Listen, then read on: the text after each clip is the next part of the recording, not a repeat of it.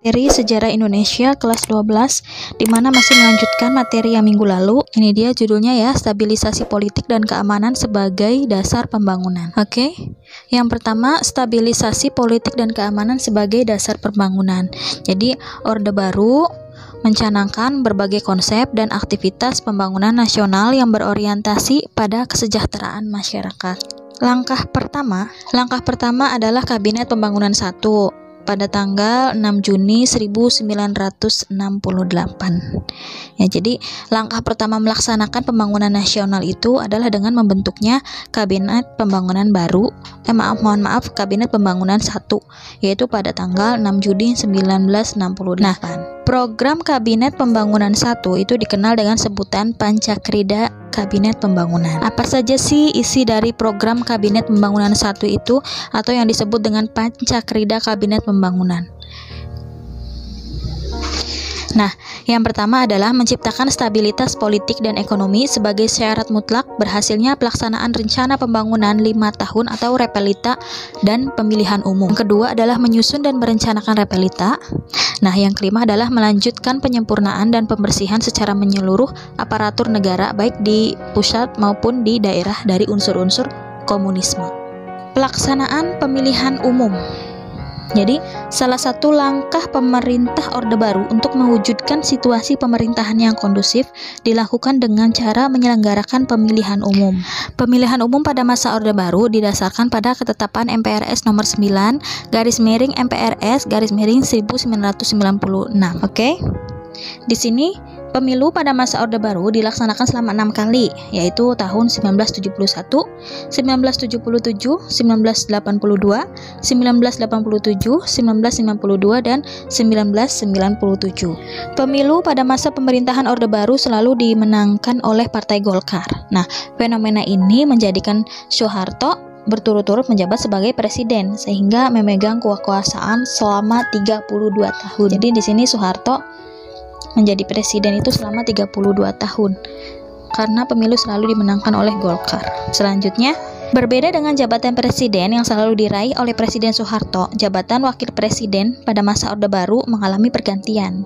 Nah, jadi tokoh-tokoh yang mengisi jabatan wakil presiden pada masa Orde Baru itu selalu berganti. Berikut ini adalah tokoh yang mengisi jabatan wakil presiden pada masa pemerintahan Orde Baru secara berurutan, yaitu yang pertama itu ada Sultan Hamengkubuwono IX, yang kedua ada Adam Malik, yang ketiga ada Umar Wira Hadikusumah, ya, yang keempat ada Sudarmono, yang kelima ada Tri Sutrisno, dan yang keenam itu ada B.J. Habibie. Selanjutnya adalah fusi partai. Nah, implementasi fusi partai ditunjukkan dengan membentuk dua partai baru, yaitu Partai Persatuan Pembangunan dan Partai Demokrasi Indonesia. Nah, jadi fusi partai itu merupakan kebijakan politik pemerintah Orde Baru yang dicanangkan pemerintah menjelang pemilu 1977. Nah, jadi kebijakan ini didasari anggapan bahwa banyaknya partai akan memicu persaingan antar parpol sekaligus persaingan dalam tubuh internal parpol sehingga mengganggu stabilitas pemerintahan. Di sini partai dengan latar belakang Islam seperti NU, Parmusi, PSII, dan PERTI melebur menjadi P3 atau PPP. Sementara itu, partai yang latar belakang nasionalis dan non-Islam seperti PNI, Perkindo, Partai Katolik, Partai Murba, dan IPKI diintegrasikan dalam PDI. Adapun Golkar tetap menjadi milik golongan fungsional. Selanjutnya ada dui fungsi ABRI. Jadi diartikan bahwa ABRI memiliki dua fungsi, yaitu sebagai pusat kekuatan militer Indonesia dan juga fungsinya di bidang politik. Pada masa Orde Baru, pelaksanaan negara banyak didominasi oleh ABRI. Apa saja? Yang pertama, kita lihat bahwa pada masa pemerintahan Orde Baru, banyaknya jabatan pemerintahan mulai dari bupati, wali kota, gubernur, pejabat eselon, menteri, bahkan duta besar diisi oleh anggota ABRI yang dikaryakan.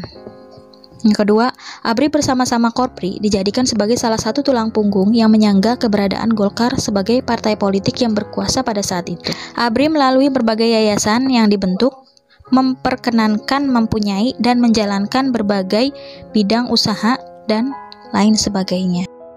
Selanjutnya ada penyeragaman ideologis. Oke, penyeragaman ideologis digalakkan oleh pemerintah Orde Baru melalui ideologi Pancasila. Upaya penyeragaman ideologis dilakukan dengan kegiatan penataran pedoman penghayatan pengamalan Pancasila atau P4 yang dikoordinasi oleh Badan Pembinaan Pendidikan Pelaksanaan P4 atau BP7. Tujuannya untuk apa? Jadi tujuannya untuk membentuk pemahaman yang sama mengenai demokrasi Pancasila menurut pandangan pemerintah Orde Baru. Jadi semua pegawai negeri sipil maupun militer hingga mahasiswa dan pelajar itu wajib mengikuti penataran P4. Ya, seperti disampaikan oleh Ibu tadi, penataran P4 itu bertujuan untuk membentuk pemahaman yang sama mengenai demokrasi Pancasila menurut pandangan pemerintah Orde Baru. Kebijakan tersebut berakibat pada penumbuhan opini publik untuk mendukung pemerintahan. Selain itu, setiap organisasi partai politik wajib menerima asas tunggal Pancasila dalam setiap kegiatan.